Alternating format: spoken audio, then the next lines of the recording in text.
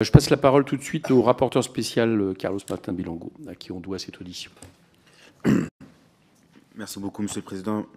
Merci, Monsieur Bonnel, pour votre introduction et vos réponses au Président. Moi, ma question, c'est sur les conclusions de l'évaluation socio-économique, ainsi que la contre-expertise de l'évaluation socio-économique qui devait être rendue fin juin 2025. J'aimerais savoir quelles sont les conclusions. Et elle a mis du temps à arriver parce que la subvention avait été accordée normalement en 2020-2021, contre-expertise 2025, tout ce laps de temps. Les sujets que nous avons évoqués, M. Gris de la Salle sur la formation, etc., tous ces aspects-là qui n'ont pas été pris en compte sur la subvention qui a été accordée. Et puis, je vous l'avais évoqué, que si la subvention, s'il n'y a pas commande du DRP, que la subvention saute, s'il n'y a pas investissement de la part d'ArcelorMittal, ça fera comme en Allemagne, mais bon, comme en Allemagne, au final, c'est des milliers de salariés qui se retrouveront en difficulté. Et là, l'angoisse aussi existe déjà auprès des salariés qui s'interrogent, les syndicats s'interrogent, que ce soit CGT, CFDT ou FO, ou même les syndicats des ingénieurs sur le site, s'interrogent de la poursuite des études. À chaque fois, quand le contrat est prorogé de 6 mois, il n'y a pas une réelle visibilité déjà sur leur filière qui est en train de disparaître du vieux continent. Il y a ces aspects-là, en fait, où je pense que la SGPI aurait pu davantage à la manœuvre qu'être en attente. Et je pense que les contre-expertises ou l'expertise initiale des aspects sociaux, économiques auraient pu jouer davantage leur aspect. Et c'est l'objet même de cette audition d'aujourd'hui, parce qu'elle arrive fin juillet, enfin début juillet, j'ai demandé volontairement, à l'issue de la deuxième prorogation de la convention, pour savoir ce qui va se passer. Parce que même moi, en tant que rapporteur spécial, j'ai été parfois dans le flou de savoir DRP, des MEF, etc., le communiqué de presse d'ArcelorMittal, les syndicats pareil. Voilà. Et du coup, par rapport au dispositif de France 2030, c'est la plus grosse subvention que nous accordons.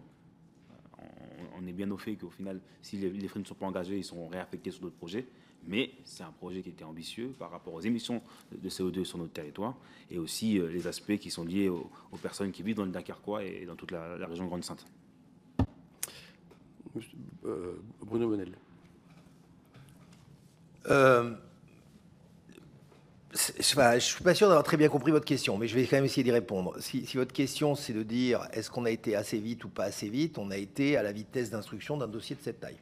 Ça veut dire que je pense que la complexité technologique, la complexité de négociation, pour laquelle, je vous le rappelle, le SGPI n'est qu'une partie, un des éléments. Je vous rappelle aussi qu'on en est au 6e gouvernement.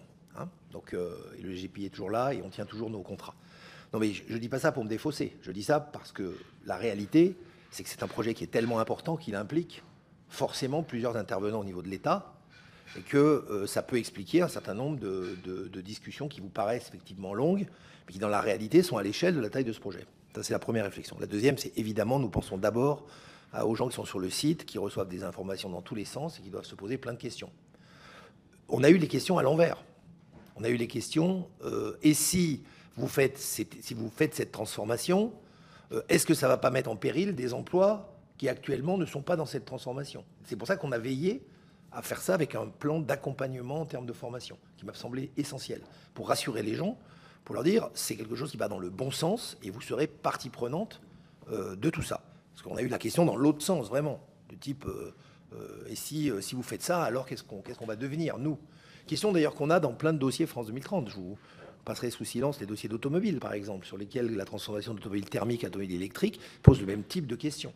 Et à chaque fois, c'est pour ça qu'il y a compétences et métiers d'avenir, qui est un budget, pardon, je ne l'ai peut-être pas précisé, il n'est pas inclus dans les 850 millions. C'est un budget à part. Toutes les centres de formation sont gérés sur un budget à part.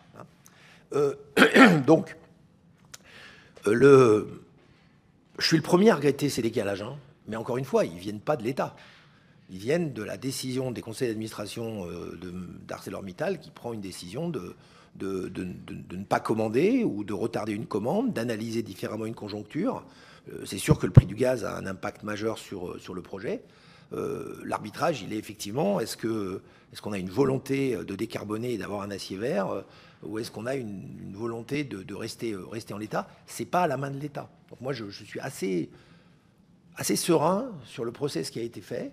Je ne donne pas un blanc-seing à tout le monde. Je pense qu'il y a eu des difficultés objectives, surtout pendant l'année 2023-2024, avec des changements d'interlocuteurs au niveau d'ArcelorMittal, au niveau des ministères. Mais en ce qui concerne le SGPI, nous, on a été dans notre démarche administrative de suivre ce dossier, de le maintenir et d'en garder l'ambition. D'où le soutien qu'on apporte à prolonger. Après, ce qui se passera au 31 décembre 2025, je suis bien incapable de vous le dire et l'audition qu'on a eue tout à l'heure ne peut que participer à une réflexion d'accélérer les négociations.